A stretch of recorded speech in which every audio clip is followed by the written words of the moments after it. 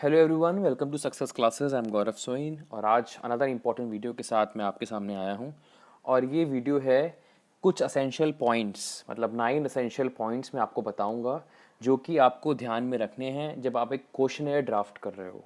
अब आप समझ लो कि क्वेश्चनेयर ड्राफ्ट करना कितना इंपॉर्टेंट है। It is one of the most crucial step of you can say the entire research design, कि हमें किस तरीके से क्वेश्चनर डिज़ाइन करना है। बिकॉज आप डाटा कलेक्ट करने वाले हो with the help of this questionnaire, आप अपनी रिसर्च करने वाले हो with the help of this questionnaire. It is one of the initial step that should be used while collecting the data, while doing the survey। तो कौन कौन से ऐसे पॉइंट्स हैं जो आपको ध्यान में रखने हैं, कहीं आपका इनकरेक्ट क्वेश्चनियर ना बन जाए या ऐसा क्वेश्चनियर ना बन जाए जो जो आपके रिसर्च को फुलफिल ही नहीं कर पा रहा है ना, जो उसके ऑब्जेक्टिव्स के साथ जस्टिफिकेशन ही नहीं कर पा रहा है। तो आपको ये सब चीज़ों को बहुत ध्यान में रखना है और ये कुछ पॉइंट्स में जो आपको बताऊंगा आगे जा करके, इसको आप माइंड में रखने के बाद ही अपना क्वेश्चन ड्राफ्ट करिएगा। ठीक है, तो अगर आप हमारे चैनल पे नए हैं तो सबसे पहले आप इसको सब्सक्राइब कर लीजिए, साथ ही साथ बेल आइकन को भी हिट करिए, इससे जो भी इंपॉर्टेंट अपडेट मैं आपको देना चाहता हूँ वो आपको टाइमली मिल जाए। टेलीग्राम चैनल का लिंक डिस्क्रिप्शन बॉक्स में दिया हुआ है, आप उसको भी ज्वाइन कर सकते हैं। और साथ ही साथ हमारी सक्सेस क्लासेस ऐप भी है गूगल प्ले स्टोर पे, आप उसको भी डाउनलोड करके वीडियोस देख सकते हैं। चलिए आ जाते हैं कि कौन कौन से पॉइंट्स हैं जो हमको ध्यान में रखने हैं वाइल ड्राफ्टिंग अ क्वेश्चनियर। तो सबसे पहली चीज़ तो ये है कि आप जब रिसर्च कर रहे हो तो आप पूरी पॉपुलेशन को तो कवर नहीं कर सकते ना। You can not do a census survey, you have to do sample survey. तो उस केस में आपको ये अजम्पशन अपने अंदर रखना है कि जो भी आप सैम्पल साइज ले रहे हो या जो भी आप सैम्पल ले रहे हो, it represent the entire population. इसको बहुत ध्यान से आपको अपने माइंड में रखना है, ये अजम्पशन के साथ करना है। मतलब इस तरीके से आपको सैंपल साइज लेना है, बहुत कम भी नहीं लेना कि वो जस्टिफाई ना कर पाए पूरे पॉपुलेशन को, और बहुत ज़्यादा भी नहीं लेना कि आपका टाइम और कॉस्ट बहुत ज़्यादा इंक्रीज हो जाए, आपका रिसर्च डिले हो जाए। ठीक है, तो आपको ये अज्यूम करना है कि जो भी आप, क्योंकि आप ऑटोमेटिकली क्वेश्चनर तो उनके सामने रखोगे जो भी आपका टारगेट पॉपुलेशन होगा, टारगेट सैंपल साइज होगा, टारगेट सैंपल होगा। ठीक है, तो अजम्पशन आप इस बेसिस पे करना है, इस तरीके से आपको अपना सैंपल साइज और अपना सैंपल चूज करना है कि it should represent the entire population. Second point अगर अपन बात करें तो format of question depends on the method. कौन सा मेथड आप यूज करने वाले हो, आप एक्सपेरिमेंटल मेथड यूज कर रहे हो, आप हिस्टोरिकल मेथड, जो कौन से टाइप, कौन सा मेथड आप यूज करने वाले हो रिसर्च का, इसके ऊपर भी काफी हद तक क्वेश्चंस की ड्राफ्टिंग जो है डिपेंड करती है। जैसे कि अगर मैं बात करूं कि मैं अगर यूज करने वाला हूं हिस्टोरिकल मेथड रिसर्च की, तो उसमें क्या है कि मैं पास्ट डाटा पे फोकस कर रहा हूँ, तो उस तरीके से मैं क्वेश्चंस ड्राफ्ट करूँगा। अगर मैं बात कर रहा हूँ एक्सपेरिमेंटल रिसर्च की, तो मैं कॉज एंड इफेक्ट को पॉइंट ऑफ व्यू करके इंडिपेंडेंट मैं ये सोचूंगा कि जितने भी क्वेश्चंस इसमें हैं, these all are a kind of it helps me in doing this kind of experimental research, cause and effect. मतलब हर एक जो मेथड होता है, हम सब जानते हैं कि उसका एक अलग एक अलग अलग एसेंस होता है, एक अलग चीज़ है। जैसे कि अपन एक्सपेरिमेंटल रिसर्च की बात की तो हमारे मन में कॉज एंड इफेक्ट आया, हिस्टोरिकल की बात की तो हम लोगों ने पास्ट के बारे में बात की, डिस्क्रिप्टिव के बारे में बात की, डिस्क्रिप्टिव मेथड के बारे में, रिसर्च मेथड के बारे में सोचा तो हमने पास्ट एंड प्रेजेंट के बारे में बात की। तो ऐसे करते करते क्या है, सब मेथड का कौन सा मेथड आप यूज़ करने वाले हो आगे जा करके, उसको ध्यान में रख करके आपको अपना क्वेश्चनियर ड्राफ्ट करना है और क्वेश्चंस को फ्रेम करना है।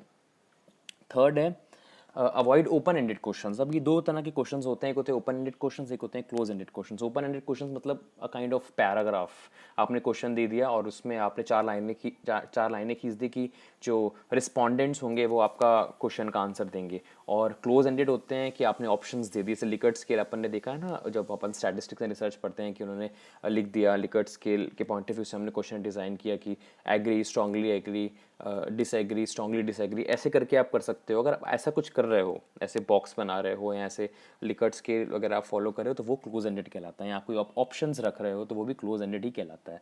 तो आपको कोशिश करना है कि आप ओपन एंडेड अवॉइड करो, है ना। अगर आपकी मेथड अलाउ कर रहा है, बहुत ज़्यादा नीड है, without it you can not conduct your research, then you can use it. उसके आगे मैं बताऊंगा कि इसको कैसे यूज़ करना है, पर आप अवॉइड करो। बिकॉज कोई लंबे लंबे पैराग्राफ नहीं लिखना चाहता, सब चाहते हैं कि हमारे पास बॉक्सेस हों, हम टिक करें और हम आगे बढ़ते जाएं। किसी के पास इतना टाइम नहीं है कि वो आपके जो 8 लाइनें आपने छोड़ी हुई है उसको लिखेगा और ये सब चीज़ें करेगा। तो हमको साइकोलॉजी समझनी है रिस्पॉन्डेंट्स की, और उसके अकॉर्डिंगली क्वेश्चन अपना डिज़ाइन करना है। ओपनली एंडेड क्वेश्चंस आप सारे लिख दोगे और वो जो इंसान है वो अपने बीच में ही, जैसे उसने देखा कि यार इतना कुछ लिखना पड़ेगा, वो बीच में ही स्किप कर जाएगा। तो क्या आपका रिसर्च सही कंक्लूजन दे पाएगा? नहीं दे पाएगा। तो आपको ओपन एंडेड क्वेश्चंस को कम रखना है। अगर आप अवॉइड नहीं कर सकते तो कम करो। तो किस तरीके से आप उसको लिखना है वो भी मैं आपको आगे जा करके बताऊंगा।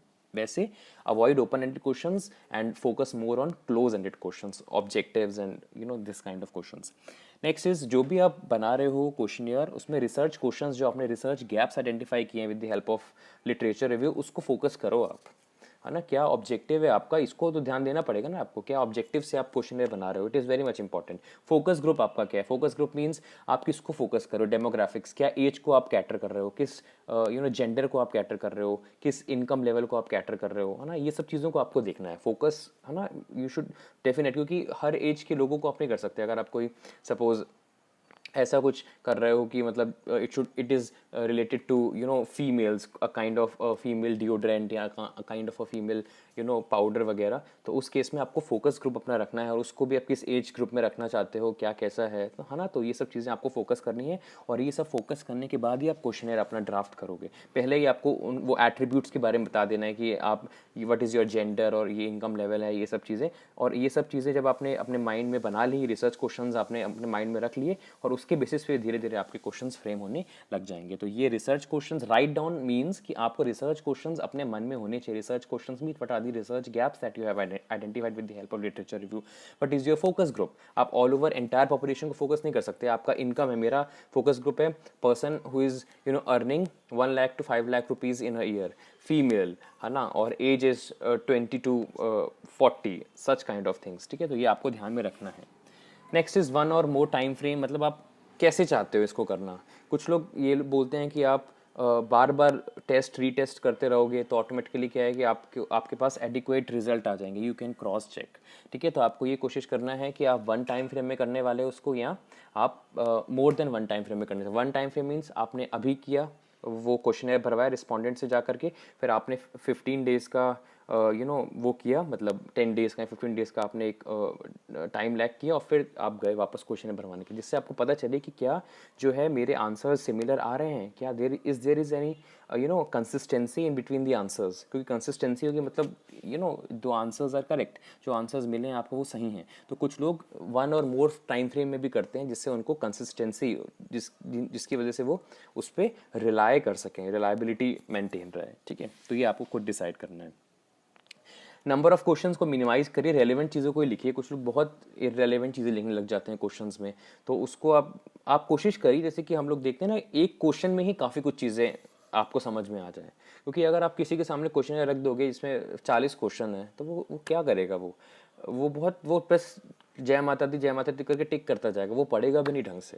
तो अगर आप उसके सामने रखोगे 10 क्वेश्चन या 12 क्वेश्चन या ऐसे आप करोगे, तो अगर आप नहीं कर सकते, आपकी बहुत सारे क्वेश्चन, तो आप पार्ट्स में उसको कर सकते हो। मतलब अभी आपने 10 को एक साथ बिल्कुल 50 क्वेश्चन उनके उसके सामने मत आप रख दो, जिससे वो जो है इंटरेस्ट के साथ उसको ना फिल करे। बिकॉज आपकी आगे नींव है एक तरीके से क्वेश्चन, आगे आपका पूरा रिसर्च इसके ऊपर डिपेंडेंट है। अगर यही गलत होगा आपका, तो पूरी रिसर्च आपकी वेस्ट हो जाएगी, आपके टाइम वेस्ट होगा, आपके एफर्ट्स वेस्ट हो जाएंगे। तो कीप दिस इन माइंड।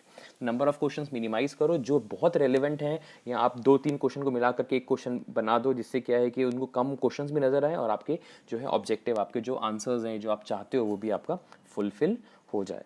ये अदर कैटेगरीज जो लोग यूज़ करते हैं वो अवॉइड करें, क्योंकि सब लोग क्या करेंगे, कुछ लोग मैंने देखा है कि जब क्वेश्चन वगैरह बना रहे होते हैं तो 4 ऑप्शंस रखें, लास्ट लिख दिए अदर्स, या ये बहुत बहुत बार यूज़ करते हैं, तो इसको अवॉइड करो। अदर्स आप पे टिक कर देंगे तो आपकी तो जो रिसर्च है वो तो एक तरीके से इनएडिक्वेट कहलाएगी।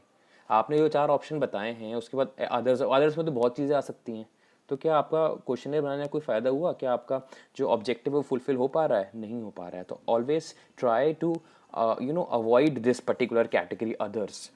एक सटीक, एक स्पष्ट आप ऑब्जेक्टिव्स लिखो और स्ट्रांगली डिसएग्री, जो भी आप जिस तरीके से आप बनाना चाहते हो, लिकर्ट स्केल फॉलो करना चाहते हैं, आप ऑब्जेक्टिव लिखने वाले हो। और अदर्स कैटेगरी को बिल्कुल मत लिखो, बिकॉज अदर्स लिख देंगे तो अदर्स में तो 50 चीज़ें आ सकती हैं और फिर आपको पता नहीं चलेगा, या कई बार अदर्स के बाद नीचे डैश कर देते हैं तो वो लोग नहीं लिखते, अदर्स बस टिक कर देते हैं या डैश को लिखना पसंद नहीं करते। अगर आप मतलब उतना adequately, if you compare a particular questionnaire with only objectives without this other category and a questionnaire with other category, then that particular first one is much more beneficial which does not have the other category। ठीक है, तो avoid करिए और इसको मत लिखिए इसको। और अगर आप लिखना भी चाहते हैं तो अदर के बाद आप एक डैश कर लीजिए कि आप अदर में क्या बात करना चाहते हो, क्या है आपके मन में वो अदर्स में, what do you want to simplify. ठीक है, तो ये आपको फोकस करना है। Next is put open ended question first. अब मैंने आपको बताया कि थर्ड वाले पॉइंट में आपने बोला कि ओपन एंडेड क्वेश्चन तो ज़रूरत है तो उसको पहले लिख दो। जैसे कि अपन एग्जाम वगैरह देते थे तो जो लॉन्ग आंसर्स रहते थे उसको अपन पहले करते थे कि बाद में करते थे, बट नेचुरल पहले करते थे अपन, बिकॉज पहले हमारा मन फ्रेश रहता है, हमारे पास एनर्जी रहती है, तो हम उसमें वो 20 नंबर के होते हैं या 10 नंबर के होते थे तो अपन को काफ़ी सारे शीट्स भरने पड़ते हैं, काफ़ी इंटेलेक्चुअल माइंड लगाना पड़ता है। तो ओपन एंडेड क्वेश्चन को आप पहले ही रख दो, क्योंकि जब एंड में वो आप रखोगे ना तो आपके 8 क्वेश्चन हो गए टिक वाले, 2 क्वेश्चन बचे हैं तो वो कुछ भी लिख देगा कि फटाफट खत्म हो। पर शुरुआत में अगर वो आप स्टार्ट करोगे तो उसके माइंड फ्रेश रहेगा और वो intellectually with the help of his brains और mind he can write an adequate answer.